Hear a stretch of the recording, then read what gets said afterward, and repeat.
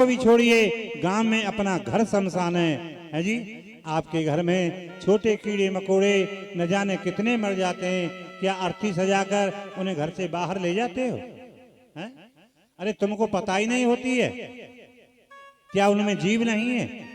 क्या वो घर शमशान नहीं हुआ?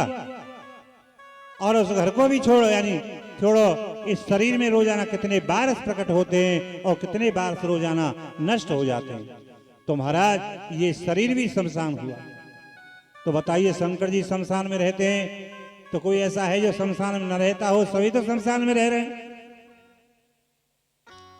भाई शंकर जी को यज्ञ में बुलवाया जाए? नहीं, शंकर जी को यहाँ कोई काम नहीं है। क्यों? कि वो तो मरकट लोचन है।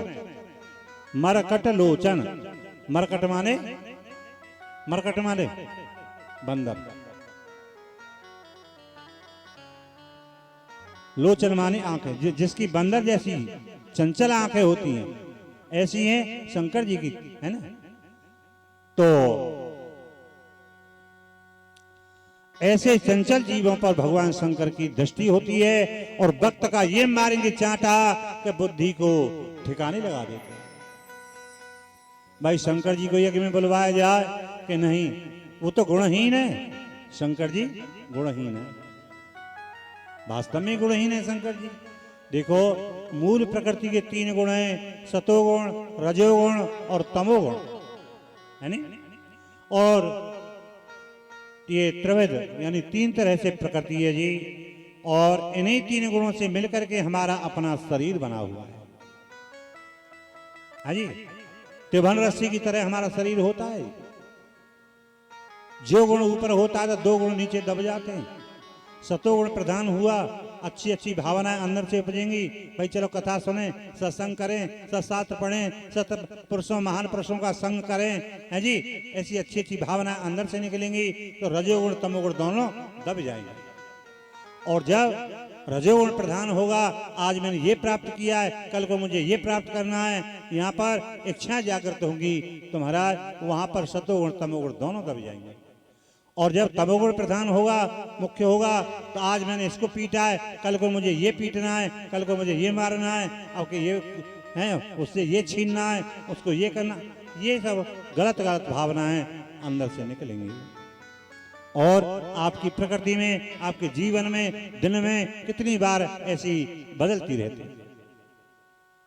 कथा हमारे तुम्हारे जीवन की है, कथा कोई बाहर की नहीं है। तो इस तरह से महाराज और क्या किया, शंकर भगवान के पास कोई निमंत्रण पत्र नहीं भेजा। कैलाश पर्वत पे अपनी गृहिणी के लिए बड़ी सुंदर कथाएं सुनाते हैं। एकांत में बैठे, देखो कैसो दाम्पत्य जीवन उनका है। पति पत्नी एकांत में बैठ करके महाराज काम की चर्चा न करके राम की चर्चा करते हो, तो सोचिए कितना ऊंचा दाम्पत्य जीवन उनका होगा, कितना ऊंचा दाम्पत्य जीवन उनका होगा जी। तो महाराज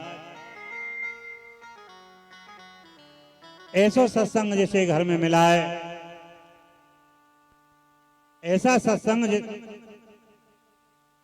जिसे घर में मिला है, फिर उसे बाहर के सत्संग में जाने की कोई विशेष आवश्यकता नहीं रह जाती।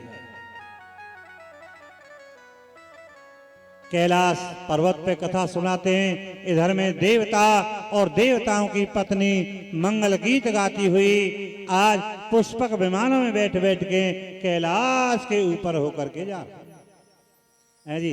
इन्हें धुआं दे देवतन को रास्ता वा कैलाश के ऊपर है गई है। अरे कितना बड़ो आकाश है, कहीं है कि चले जाते, पर ना कैलाश के ऊपर है कि क्यों? कि वहां की जान हो, क्यों दिखा रहे हैं शंकर जी ये कि तुम्हारी ससुराल हम जा रहे हैं और तुम ना जा रहे। ये समाज की दशा है ऐसी।